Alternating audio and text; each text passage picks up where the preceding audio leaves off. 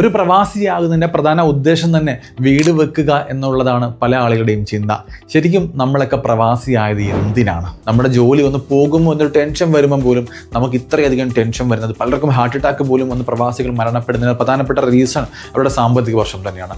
സാമ്പത്തിക പ്രശ്നം എന്ന് പറയുമ്പോൾ അവരുടെ ലോൺ തന്നെയാണ്. അത് ലോൺ എടുക്കുന്നു, ലോൺ അടച്ചുകൊണ്ടേയിരിക്കുന്നു. ഈ സമയത്ത് തന്നെ കുട്ടികൾ വളർന്നുകൊണ്ടേയിരിക്കുന്നു. കുട്ടിക്ക് ഒരു 18 വയസ്സാകുമ്പോൾ എഡ്യൂക്കേഷൻ പർപ്പസ് വരുന്നു. ആ സമയത്ത് വീണ്ടും കയ്യിൽ കാശ് ഉണ്ടാവില്ല, മറ്റൊരു ലോൺ കൂടി എടുക്കുന്നു.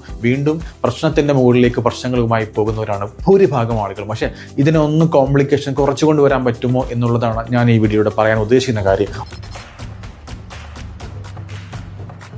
ഒരു പ്രവാസിയാകുന്നതിൻ്റെ പ്രധാന ഉദ്ദേശം തന്നെ വീട് വെക്കുക എന്നുള്ളതാണ് പല ആളുകളുടെയും ചിന്ത. ശരിക്കും നമ്മളൊക്കെ പ്രവാസിയായത് എന്തിനാണ്? ശരിക്കും ഓരോരുത്തരും പ്രവാസിയാകുന്നത് തന്നെ എന്തിനാണ്? എന്തുകൊണ്ടാണ് ഞാൻ പ്രവാസിയായത് എന്ന് പോലും പലർക്കും അറിയില്ല. എന്തിനാണ് ഞാൻ ജീവിക്കുന്നത് എന്ന് പോലും അറിയില്ല. എന്തിനാണ് നേരം വെളുക്കുന്നത്, എന്തിനാണ് ഇരുട്ടുന്നത് പോലും അറിയില്ല.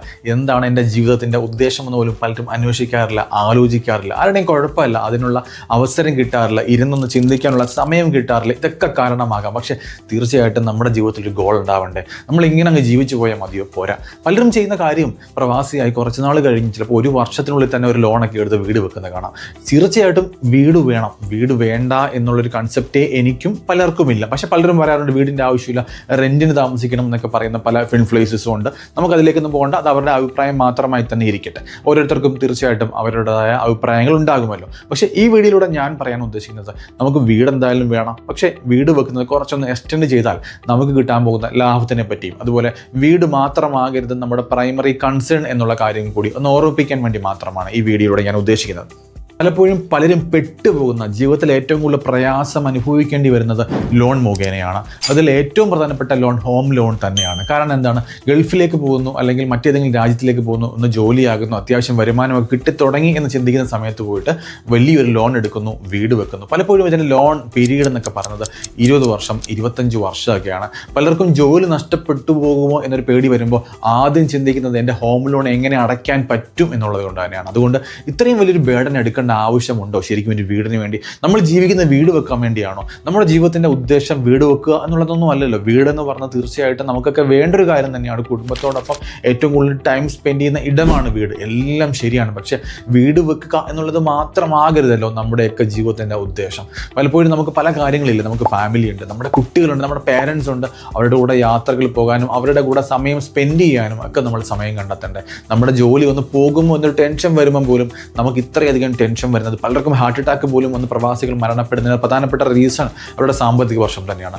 സാമ്പത്തിക പ്രശ്നം എന്ന് പറയുമ്പോൾ അവരുടെ ലോൺ തന്നെയാണ്. അതുകൊണ്ട് ഹോം ലോണൊക്കെ എടുത്ത് വീട് വെക്കുമ്പോൾ തീർച്ചയായിട്ടും ഒന്നുകൂടി ആലോചിക്കണം. നിങ്ങൾക്കൊരു വീടില്ലെങ്കിൽ നിങ്ങൾ എങ്ങനെയെങ്കിലുമൊക്കെ ലോൺ എടുത്തൊരു വീട് വെക്കുന്നു എന്നുള്ളത് ഒരു പ്രശ്നമേ അല്ല, അതൊരു നല്ല കാര്യം തന്നെ. പക്ഷേ പലപ്പോഴും നാട്ടുകാരെ കാണിക്കാൻ വേണ്ടി, പൊങ്ങച്ചം കാണിക്കാൻ വേണ്ടി, ബന്ധുക്കൾക്കിടയിൽ ഒരു ബിൽഡപ്പ് ഉണ്ടാക്കാനൊക്കെ വേണ്ടിയിട്ട് വീട് വെക്കുന്നു. അത് പ്രത്യേകിച്ച് ചെറിയ വീടെന്ന പോലെ 50 ലക്ഷം രൂപയുടെയും 1 കോടി രൂപയുടെയും ഒക്കെ വീട് വെച്ചിട്ട് അതിൻ്റെ ഒരു 90% ലോൺ എമൗണ്ട് ആകുമ്പോൾ വലിയ ഒരു എമൗണ്ട് ആണ് ഓരോരുത്തരും ലോണിന് വേണ്ടി കൊടുക്കേണ്ടി വരുന്നത്. അത് ചെറിയൊരു കാലഘട്ടമൊന്നുമല്ല. ലോൺ എടുക്കുന്നു, ലോൺ അടച്ചുകൊണ്ടേയിരിക്കുന്നു. ഈ സമയത്ത് തന്നെ കുട്ടികൾ വളർന്നുകൊണ്ടേയിരിക്കുന്നു. കുട്ടിക്ക് ഒരു 18 വയസ്സാകുമ്പോൾ എഡ്യൂക്കേഷൻ പർപ്പസ് വരുന്നു. ആ സമയത്ത് വീണ്ടും കയ്യിൽ കാശ് ഉണ്ടാവില്ല, മറ്റൊരു ലോൺ കൂടി എടുക്കുന്നു. വീണ്ടും പ്രശ്നത്തിൻ്റെ മുകളിലേക്ക് പ്രശ്നങ്ങളുമായി പോകുന്നവരാണ് ഭൂരിഭാഗം ആളുകൾ. പക്ഷേ ഇതിനൊന്നും കോംപ്ലിക്കേഷൻ കുറച്ചു കൊണ്ടുവരാൻ പറ്റുമോ എന്നുള്ളതാണ് ഞാൻ ഈ വീഡിയോയുടെ പറയാൻ ഉദ്ദേശിക്കുന്ന കാര്യം. ഒന്ന്, ലോൺ എടുക്കാതിരിക്കുക എന്നുള്ളത് തന്നെയാണ്. ലോൺ എടുക്കാതിരിക്കുക, ലോൺ എടുത്ത് വീട് വെക്കാതിരിക്കുക. നിങ്ങളുടെ കയ്യിൽ ക്യാഷ് ഉണ്ടെങ്കിൽ നിങ്ങൾക്ക് വീട് വെക്കാം. നിങ്ങൾക്ക് എത്ര വലിയ വീട് വേണമെങ്കിലും വെക്കാം.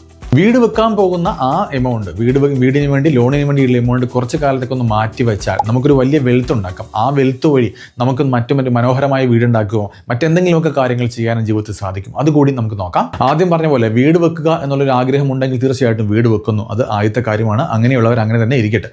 രണ്ടാമതുള്ളവരെ പറ്റിയാണ് ഞാൻ ഈ വീഡിയോയിൽ പരിശോധിക്കാൻ പോകുന്നത്. 2, നമ്മൾ വീട് വെക്കണം എന്നുള്ളൊരു ആഗ്രഹമുണ്ട്, പക്ഷേ എനിക്ക് ഇപ്പോഴേ ആവശ്യമില്ല. ഞാനൊരു 10-15 വർഷം കഴിഞ്ഞ ശേഷമായിരിക്കും ഞാൻ നാട്ടിൽ സെറ്റിൽ ആകുന്നത്. എൻ്റെ കുടുംബത്തിന് ഇപ്പോൾ താമസിക്കാൻ നല്ലൊരു സ്ഥലമുണ്ട്, നല്ലൊരു വീടുണ്ട് നാട്ടിലെങ്കിൽ നമ്മൾ ഈ വീട് വെക്കുന്നത് കുറച്ചൊന്ന് എക്സ്റ്റെൻഡ് ചെയ്യുന്നതിനെ പറ്റിയാണ് ഈ വീഡിയോയുടെ പ്രധാനപ്പെട്ട ഭാഗം ഞാൻ പറയാൻ പോകുന്നത്. വീട് വെക്കുന്നത് കുറച്ചൊന്ന് എക്സ്റ്റെൻഡ് ചെയ്ത് നോക്കാം നമുക്ക്.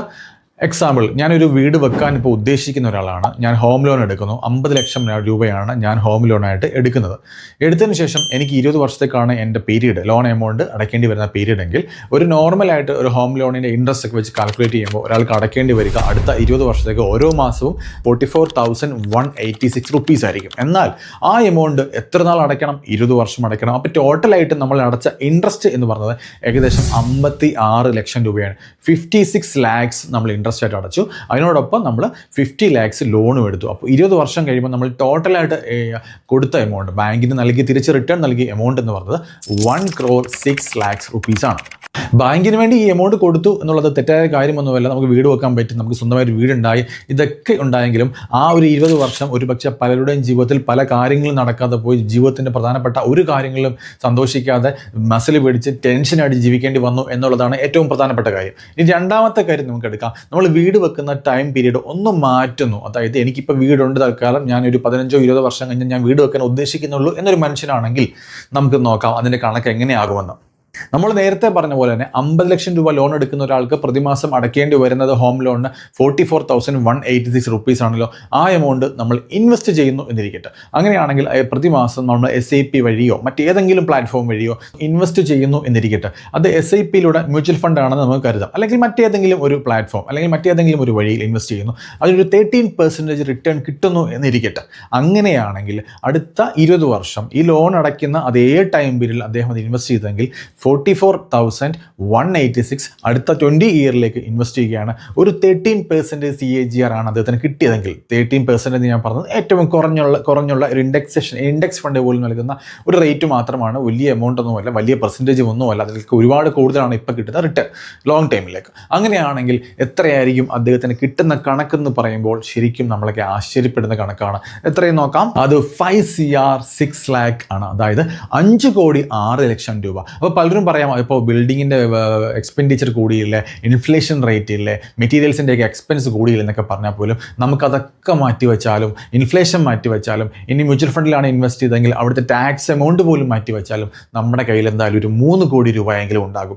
ആ 3 കോടിയിൽ തീർച്ചയായിട്ടും ഒരു പകുതി എമൗണ്ട് എടുത്താലും വലിയൊരു വീട് നമുക്ക് പണിയാനും ബാക്കിയുള്ള ഏകദേശം 1.5 CR കൊണ്ട് നമ്മുടെ ജീവിതം വളരെ സന്തോഷകരമായി ലൈഫ് ലോങ് ജീവിക്കാനും സാധിക്കും. ഒരു SWP പോലൊരു പ്ലാനൊക്കെ ആണെങ്കിൽ ആ 1.5 CR നമുക്ക് ഒരു മാസം ഒരു 1.2 lakhs എങ്കിലും ഒരു പെൻഷൻ പോലെ, ഒരു റിട്ടയർമെൻറ്റ് പ്ലാൻ പോലെയൊക്കെ നമുക്ക് ജീവിക്കാൻ പറ്റും. അത് എത്ര വർഷം വേണമെങ്കിലും അത് നമുക്ക് സെറ്റ് ചെയ്യാനും ആ 1.5 CR ആയ ക്യാപിറ്റൽ എമൗണ്ട് അവിടെ നിലനിർത്താനും സാധിക്കും. അതായത് ഞാൻ ഈ വീഡിയോയുടെ പറയാൻ ഉദ്ദേശിച്ച കാര്യം ഇത്രയേ ഉള്ളൂ.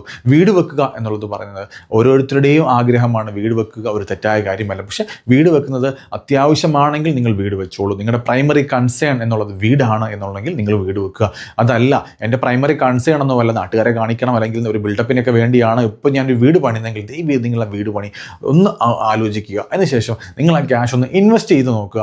ഇൻവെസ്റ്റ് ചെയ്ത് ആ 20 വർഷം കഴിയുമ്പോൾ നിങ്ങൾക്ക് ആ വീട് വെക്കാൻ വേണ്ടി ഒരു ഹോം ലോൺ എടുക്കേണ്ടി വരുന്ന എമൗണ്ട് അല്ലെങ്കിൽ ബാങ്കിന് നിങ്ങൾ കൊടുക്കാൻ വെച്ചിരുന്ന എമൗണ്ട് നിങ്ങൾ സ്വന്തമായിട്ട് നിങ്ങളുടെ പേരിൽ നിങ്ങൾ നിക്ഷേപിച്ചാൽ തീർച്ചയായിട്ടും വലിയൊരു എമൗണ്ട് വെൽത്ത് ക്രിയേറ്റ് ചെയ്യാനും ആ വെൽത്തിലൂടെ നിങ്ങളുടെ പല ഗോളുകളും, വീട് വെക്കുക എന്നുള്ളൊരു ആഗ്രഹം ഉണ്ടെങ്കിൽ വീട് വെച്ചോളൂ.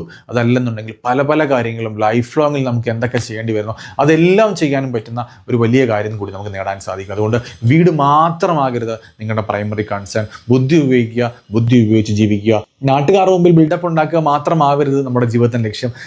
നമുക്ക് വേണ്ടി ജീവിക്കുക, നമ്മുടെ പേരൻസിന് വേണ്ടി ജീവിക്കുക, നമ്മുടെ ഫാമിലിക്ക് വേണ്ടി ജീവിക്കുക, നമ്മുടെ കുട്ടികൾക്ക് വേണ്ടി ജീവിക്കുക എന്ന് മാത്രം പറഞ്ഞുകൊണ്ട് നിർത്തുന്നു. നന്ദി, നമസ്കാരം.